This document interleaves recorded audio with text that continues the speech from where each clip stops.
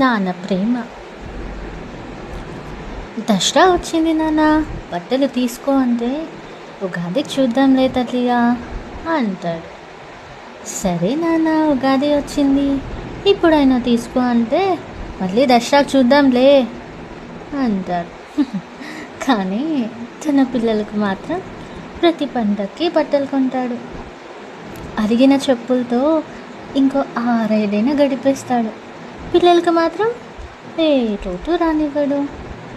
తను రెక్కలు ముక్కలు చేసుకొని తన పిల్లలకు రెక్కలు వచ్చేలా చేస్తాడు. రెక్కలు వచ్చిన పిల్లలు ఎగిరిపోతే ఎదిగిపోయారు అని సంబరపడతాడు. గొడుగులాంటోడు నాన్న. ఎండకు నీడై, వర్షానికి రక్షణై మనల్ని కాపాడుతూ ఉంటాడు.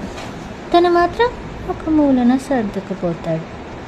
కుటుంబం కోసం కరగడమే తప్ప తన కోసం ఏమీ ఆశించని పిచ్చి మహారాజు నాన్నంటే.